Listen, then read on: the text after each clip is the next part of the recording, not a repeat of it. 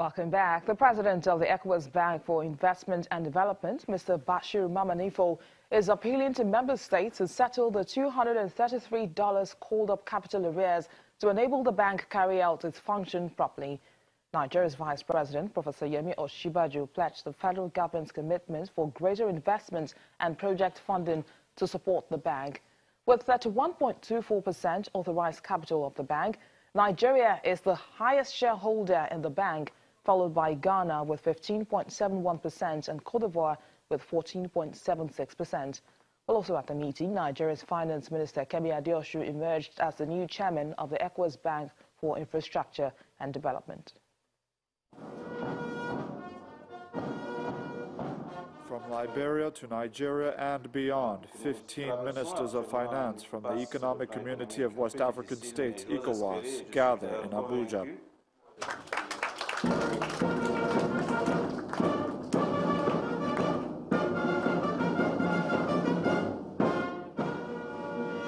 The fact that this meeting is being held in Abuja reflects the hefty role played by Africa's largest economy in the ECOWAS Bank for Investment and Development, EBID.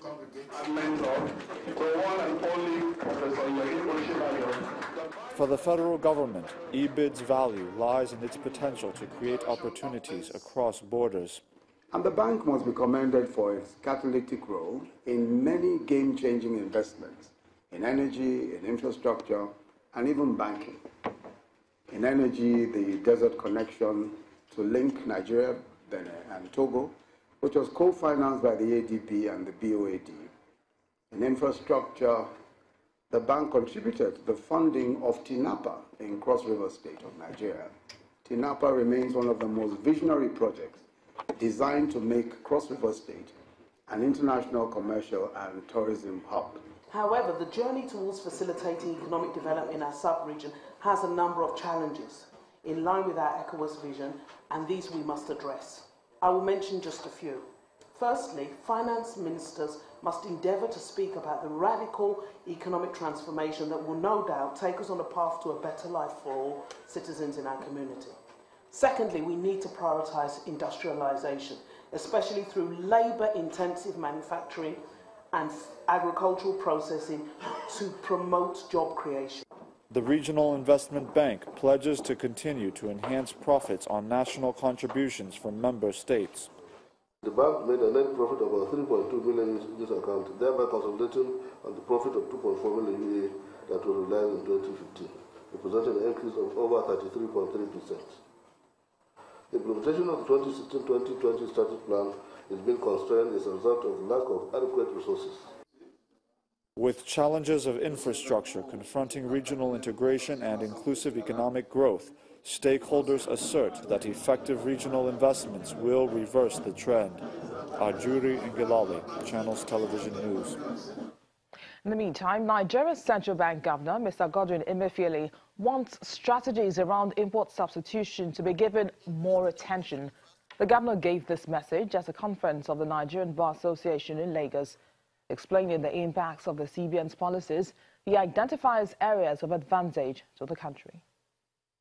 Investing in basic infrastructure, including roads, bridges, airports, railways, and information technology, is not only good in terms of immediate job creation, it acts as a catalyst to movement of goods and services across the country and also create jobs and improved livelihood for our people. Some studies have estimated Nigeria's core stock of infrastructure to be about 25% of GDP.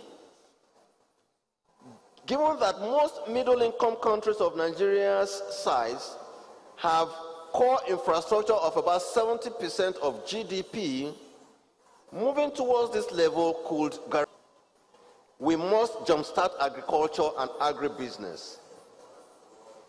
Agriculture remains the largest employer of labor in Nigeria and contributes about 24.2% of our GDP. In addition, a good share of the demand for FX today go directly to importing agricultural produce. So the CBN has both a direct and indirect rationale to ensure that this sector is revived in a significant way. In this regard, we are gratified that our Anchor Bora program, together with other initiatives like the Commercial Agricultural Credit Scheme and the NIRSA, are proving to be successful in several states. In Kebbi State alone, over 78,000 smallholder farmers are now cultivating about 100,000 hectares of rice farms.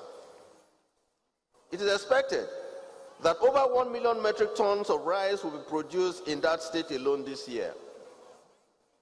And this is the bedrock of the recently launched Lake Rice, which is an innovative partnership between the governments of Lagos and Kebbi State. We also need to find ways to make land titling much easier, especially for smallholder farmers. In this regard, the Nigerian Incentive-Based Risk-Sharing System for Agricultural Lending, NIRSA, can assist with technical knowledge and deployment of relevant GIS and satellite imaging that will realize this within a short period of time. Pursue non-oil exports.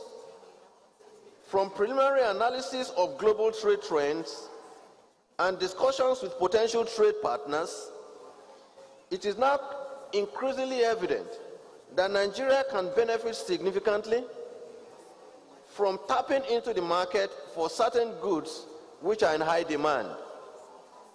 For example, the demand for halal meat and sesame across the Gulf Cooperation Council countries is huge. In fact, we have credible information that the Saudis may need up to 120,000 heads of frozen goats and sheep per week from Nigeria. Similarly, the demand for cashew nuts and shea nut butter across the world is rising. Nigeria has comparative advantage in all these products and can quickly tap into the vacuum created from the harsh fall in the supply of these products from the erstwhile major suppliers. Nigeria's Central Bank Governor Godwin Emefiele. And on that note, we end today's program. Thank you for watching. I am BC Adebayo.